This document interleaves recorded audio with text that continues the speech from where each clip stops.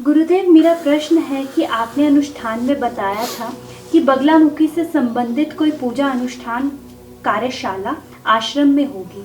क्या गुरुदेव वो होगी? क्या उसमें बिना दीक्षित व्यक्ति भी भाग ले सकता है?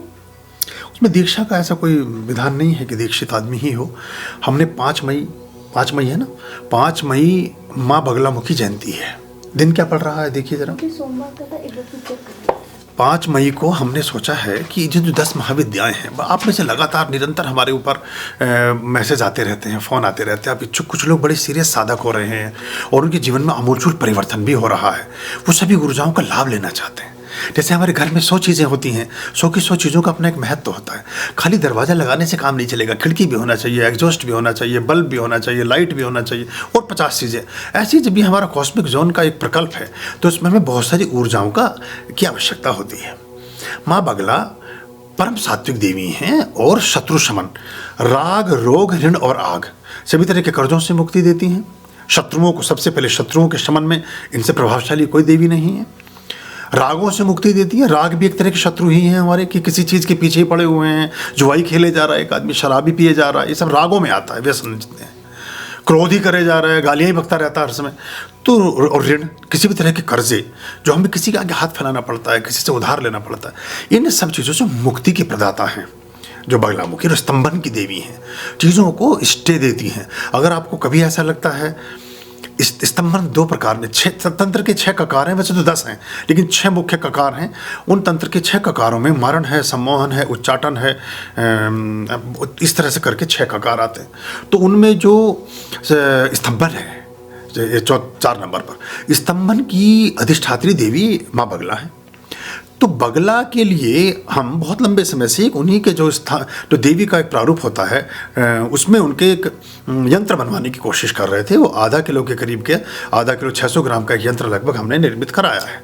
तो बहुत परिमार्जित येलो फायर के साथ जो टाइगर स्टोन आता है, उसमें स्पेशल बगलामुखी यंत्र है जो हमारे द्वारा हाथ से बनाया गया। फिर उसको उन्होंने उस पर पत्थर पर कार्विंग कर रहे हैं कुछ सीमित लोगों के साथ। हालांकि अब सीमित तो मैं हर बार करता हूं, लेकिन लोग फिर भी बढ़ ही जाते हैं, पर कोशिश करेंगे कि ये किसी न किसी रूप में 9 के अंक में ही सिमटे तो अच्छा होगा। तो हम 5 मई को ये वर्कशॉप करना चाहते हैं और इसमें वो एक अनुष्ठान कराएंगे जो कभी भी कहीं अपने जीवन में नहीं किया होगा। हमने भी अपने आश्रम में अब तक कभी बगला का अनुष्ठान नहीं कराया है। वो पीली आहुति का और अलग तरह का उसका कुंड भी अलग बनता है और वो हरिद्रा का कुंड होता है। हल्दी के कुंड में उसका एक अद्भुत यज्ञ होता है और लगभग 24 घंटे पहले से आपको पीली ही चीज़ें खानी होती हैं, पीली चीज़ें पहननी होती हैं, पीला ही सारा विधान होता है।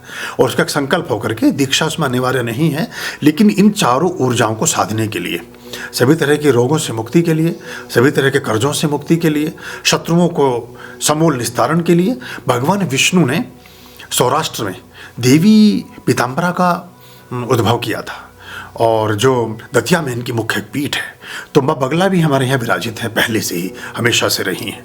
तो हम माँ बगला के लिए, आप सभी लोगों में से किसी का किसी से विवाद है, किसी का कुछ, हमेशा कहते रहे कि हम उसको करना चाहते हैं, तो उनका अग्निहोत्र भी करेंगे, उनका पाठ भी कर, पुष्पार्चन भी करेंगे उसी दिन। थोड़ा सा लंबा होगा ये, 2-3 घंटे के करीब, 4 घंटे भी हो सकता है। और उस यंत्र की प्रतिष्ठा करेंगे। वो यंत्र आपके द्वारा प्रतिष्ठित करके आपको ही प्रदान भी करेंगे।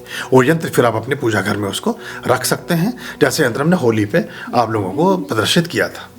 ले आओ, मैं दिखा देता हूँ, ले आइए। चूँकि वो हस्त निर्मित है हमारा, कोई ऐसी बात नहीं है उसमें, तो थोड़ा सा उससे उनको आसानी हो जाती है कि क्या चीज़ मिलने वाली है। हालांकि जो अभी आपको दिखाएंगे, गर्भगृह में हमने होली पर इसको प्रतिष्ठापित किया था। ये थोड़ा सा बड़ा है, 2 किलो या पता नहीं 2.5 किलो ऐसा कुछ वेट का है, लेकिन हमने ऐसा रखा है कि लगभग 6x6 या 5x5 इंच के आकार में बैठेगा। तो वो और थोड़ा अच्छे पतरे में, जो लॉन्ग लाइफ, मतलब हज़ारों साल तक, सैकड़ों वर्षों तक सुरक्षित रहेगा। और तो शत्रु शमन में सबसे पहला काम शत्रु शमन का है। उनकी देवी की प्रारूप भी वैसा ही है कि वो शत्रु की जीभ को अपने हाथ में पकड़े हुए मुद्गर से प्रहार कर रही हैं, खड़क से प्रहार कर रही हैं। तो वो माँ बगला का वो स्वरूप है। तो उनका पूरा विधान, उनकी जयंती उनका विशेष पर्व होता है। तो 10 महाविद्याओं की जयंती पर जिसका जो छोटा मोटा कुछ हो सकता है, कोशिश करेंगे कि उसके बारे में आपको ज्ञान दे सके और उससे संबंधित जो चीज़ें हो सकती है वो हम कर लें। तो ये इस तरह का कुछ यंत्र रहेगा, ये मैं आपको दिखा दूँ।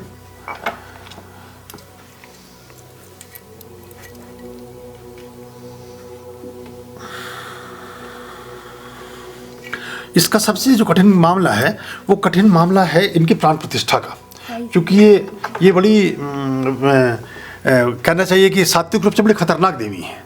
तो ये यंत्र बड़ा अच्छे ढंग से इसको उत्कीर्णित किया गया आपके लिए, ताकि आप इसको अपने पूजा घरों में रख सकें और बना सकें और कर सकें। लेकिन इसका जो अनुष्ठान है, विधान है, उसके साथ ही ये जागृत होता है और आपके लिए काम प्रारंभ करता है। ये छोटा जो मैंने दिखाया ये आप लोगों को दिया जाएगा। ये गर्भगृह के लिए बड़ा 2.5 किलो का हमने अपने लिए बनवा कर रखा था। तो ये आपके प्रश्न का मैं समझता हूँ शायद उत्तर आपको प्राप्त हुआ होगा।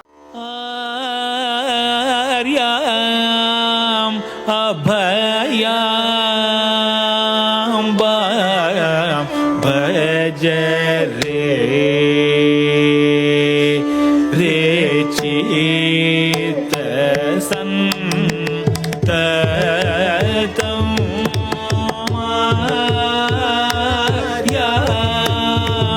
अभयाम भज रे